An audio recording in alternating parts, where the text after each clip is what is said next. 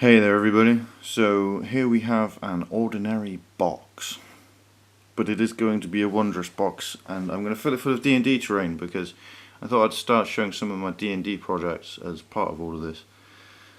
So first of all, I want to make it so that this box opens out and the terrain opens out from inside it, so I can just take the box, open it up, and the board and everything will come out from the inside.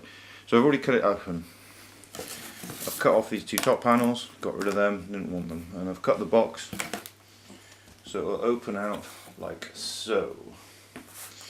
Now unfortunately this was a meat box and it came with a load of packaging to keep the interior cool, so it's got polystyrene of various sizes which is already cut to sort of fit the size of the different panels and such forth, and I'm just going to use this material to build up the core structures for how I want the terrain to be. So to start with, what I want to do is I want to build some towers. So I've taken one piece of polystyrene, cut it down into 3 strips.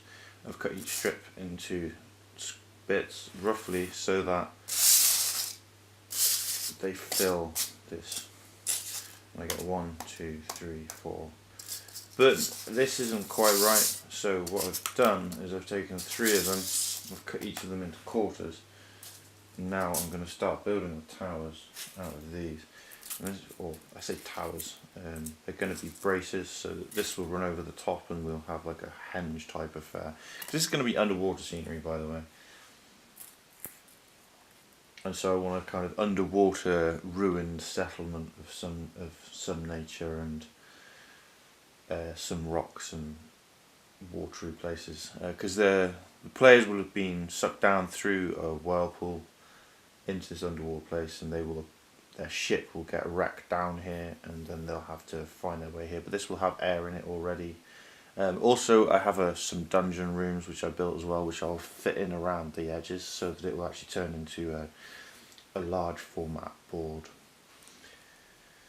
with a lot of stuff going on in it. So at the moment, I'm just taking these, I'm making these, and what I want is I want a tower. I say a tower. I want 4 struts, so I've got 3 spaces that people can move through, and then I'll put some extra here. And again, this is taking into account that when this folds up, it will all stick about this far into here. So then I'll have sort of a square ruined area in the middle of this. This will have something similar. So I just have to make sure that as I'm building it, I'm leaving enough space for everything so it can fold in on itself. So I'll just get this first one assembled and I'll let you see how that goes together. So first of all, here is the leaf, I suppose, from the cardboard box, and I've just shaped these towers. I say towers, pillars, I suppose, really, columns of rock, and some columns with sort of Stonehenge-esque bit running over the top.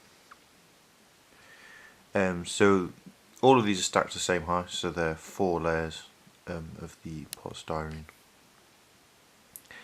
And basically all I've done is I've taken one of those bigger squares, I've cut them into 4 pieces,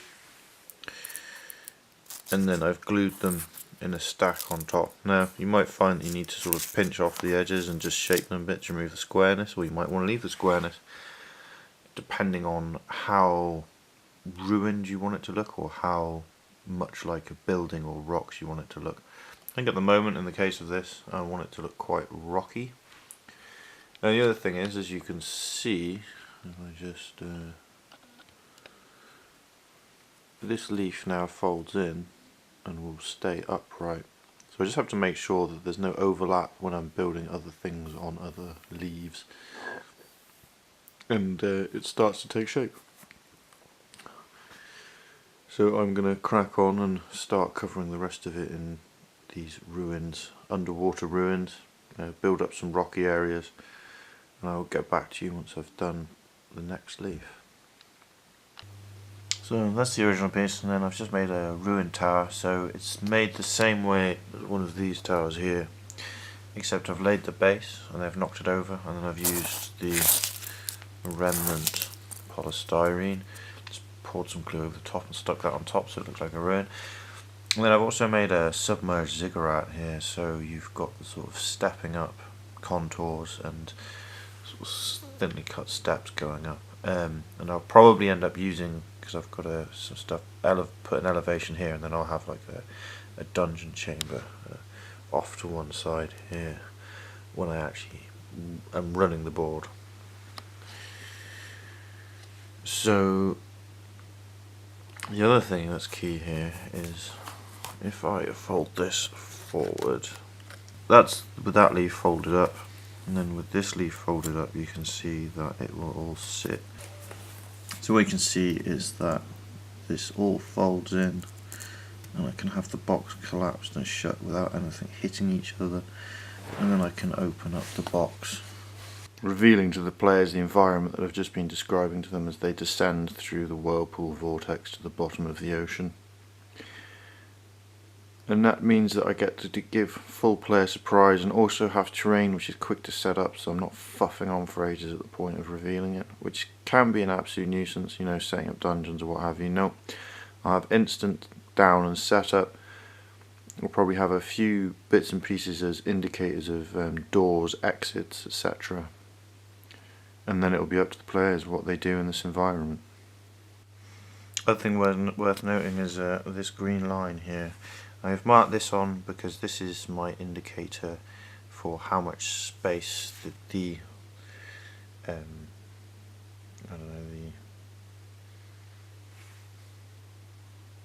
words have gone from my head. This bit sticks out this far and it takes up this much space on this flap and this flap. So this is my units of measurement.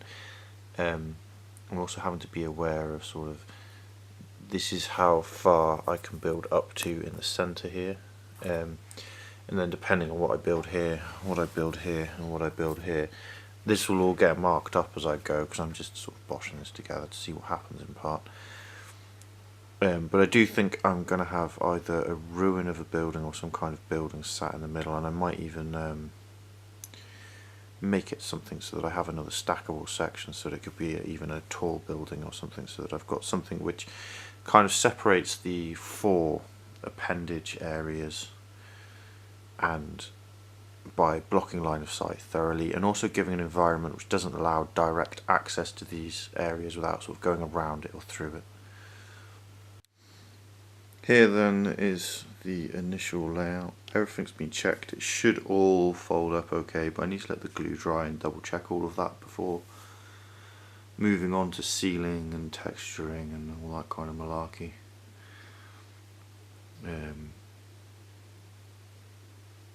But yeah, as you can see, it's pretty full on, and I suspect the adventures will start at this end. The other thing I want to do is I need to make a load of sort of like, get a load of plastic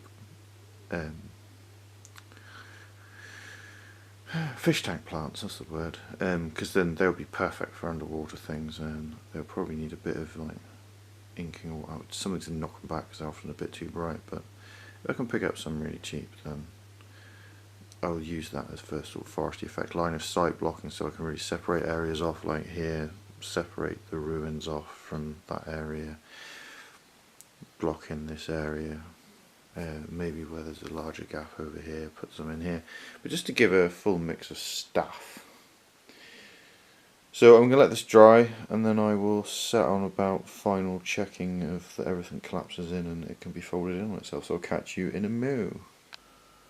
Okay, so on the final checks, what I've discovered is if I fold up this and then I fold up this, except with the lid down, what you can't see, this doesn't fit in here. So I'm going to just have to carve out some of this just to make sure that it can fit flush underneath this, and thusly maintain the box shape that I wish, which will make everything easier for me. So I'm going to cut that back, and to do that I'm going to be using a long bladed knife. I mean, this is a very old knife, but you just need the long blade so you get draw factor when cutting through. It's just easier to carve through this kind of material at this point. So I'm going to cut that back and make it fit, and once it fits I will show you the pre-covering with PVA, sealing, texturing phase readiness. Having carved out this rock, it now fits perfectly with this bit, so when I fold this in, I fold it up If I get the camera in and under, you should be able to see that it all sits together, and that's with the box sealed shut. So onwards.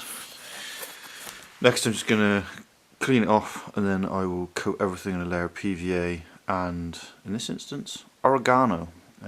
It's pretty cheap. It's a lot cheaper than flock is.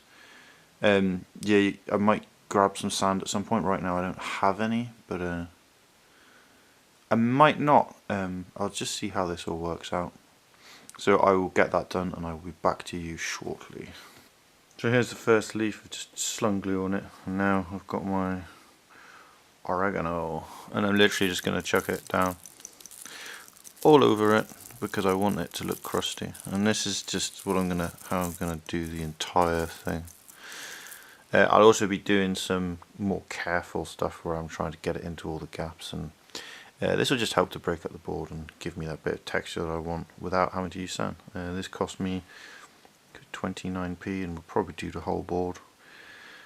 Alternatively, you can use sand or what have you, finer grain things, but I quite like this because it gives a rough effect, and then by the time you paint it and texture it, it will look nice and crusty, like Undersea World might well be. So I'm going to crack on and I will continue doing this. I'll get back to you once I have got the whole board textured up like this. Catch you shortly. Also, if you want some expert advice on flocking, do check out the Terrain Tutor. He has some awesome videos on the fine details of how to flock well. So I shall catch you momentarily. So here we have it then, the entire battle box terrain piece textured up. Last thing to do before cracking on to painting will be just to seal it with another layer of PVA water mix. This would be, I'm just trying to think, about 2-3 parts water, 1 part PVA, just enough to give everything a good coating and stick on any kind of loose bits and hopefully finish sealing anything that I might have missed sealing in this layer of PVA. So remember to enjoy your modelling. Hope it's been some use to you. Have a good one and take care everybody. Bye bye.